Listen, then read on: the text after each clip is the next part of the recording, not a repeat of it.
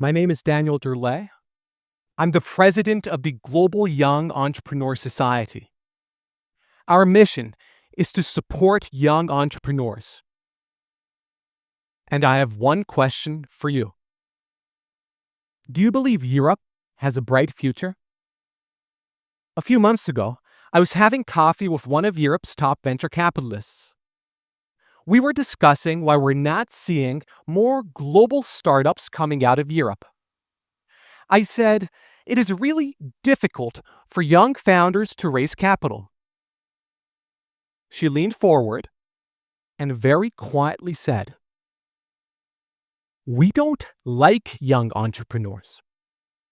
I was stunned because when I think about who built the biggest tech companies in history, the names and ages speak for themselves. Steve Jobs, 21. Mark Zuckerberg, 19. Larry Page and Sergey Brin, 25. Bill Gates was 20 when founding Microsoft. They didn't wait until they were experienced. They just built. And where did they build? In America. Because in Europe, we reject the same kind of founders who go on to change the world elsewhere. This chart shows $10+ billion public companies founded within the past 50 years in the US versus Europe. As you can see, certain American companies are more valuable on their own than the entire set of companies in Europe. If you're young and ambitious in Europe, here's what you face. Investors who want you to have 10+ years of experience before giving you 10 euros. Bureaucracy that buries you in paperwork before you even launch. And fragmented markets that make scaling across the EU's 27 member states a legal maze. Between 2008 and 2021, 30% of Europe's billion-euro startups moved abroad, most to the US. Europe isn't losing talent, it's pushing it away. Every time a young entrepreneur leaves, we don't just lose a startup. We lose jobs, we lose innovation, we lose the next billion-dollar company. And we are losing the future of our economy. In the early 2000s, PayPal was acquired by eBay. A win on its own, but what happened next changed tech forever. Its early employees, Elon Musk, Peter Thiel, Max Levchin, Reid Hoffman, went on to found SpaceX, Tesla, YouTube, Palantir, LinkedIn, Yelp. One startup became a network. That network became a force, and that force reshaped the world. This is what's now known as the PayPal effect. When one breakout company creates an entire generation of builders. Europe had a chance to do the same. In 2007, two teenage brothers, Patrick and John Collison, started a small software company in Limerick, Ireland. Patrick was 19 and John was 17. They pitched investors. They were rejected. So they moved to America. In California, they joined the startup incubator Y Combinator, sold their first startup, and then launched Stripe, the premier payment processor behind Amazon and most of e-commerce. Without even realizing it, we all use Stripe almost every day. Today, Stripe is worth around $100 billion. But more importantly, it triggered the PayPal effect.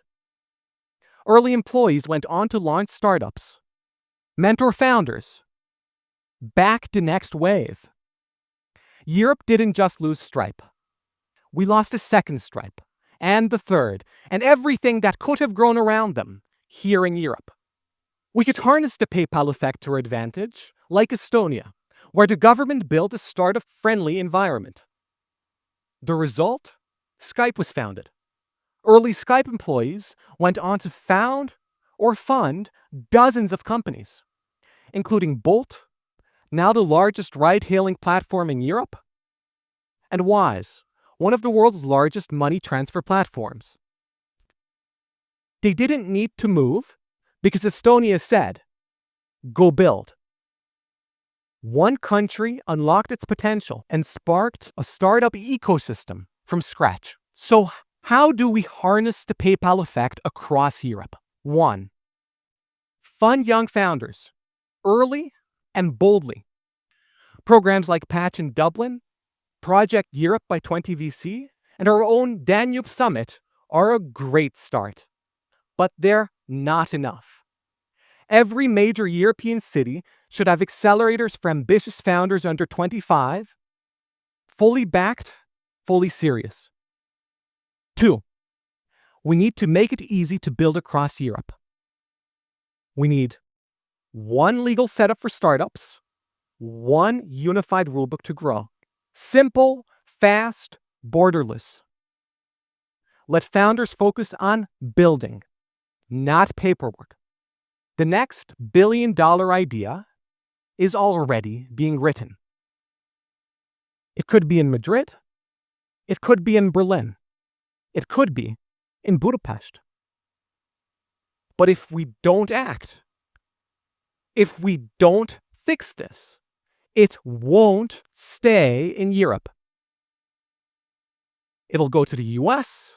It'll go to Singapore. It will go anywhere that says yes faster than we do. This is not about competing with Silicon Valley. It's about believing in our own potential. Europe has the talent. What it needs is belief. What it needs is speed. What it needs is one decision: to back its young founders. The best time to do this was 10 years ago. The second best time is now. So I'll ask you again. Do you believe Europe has a bright future? Because I do. If we back our young founders, remove the barriers, and unlock their potential, then the future won't leave Europe. It will be built here. Thank you. Let's build it together.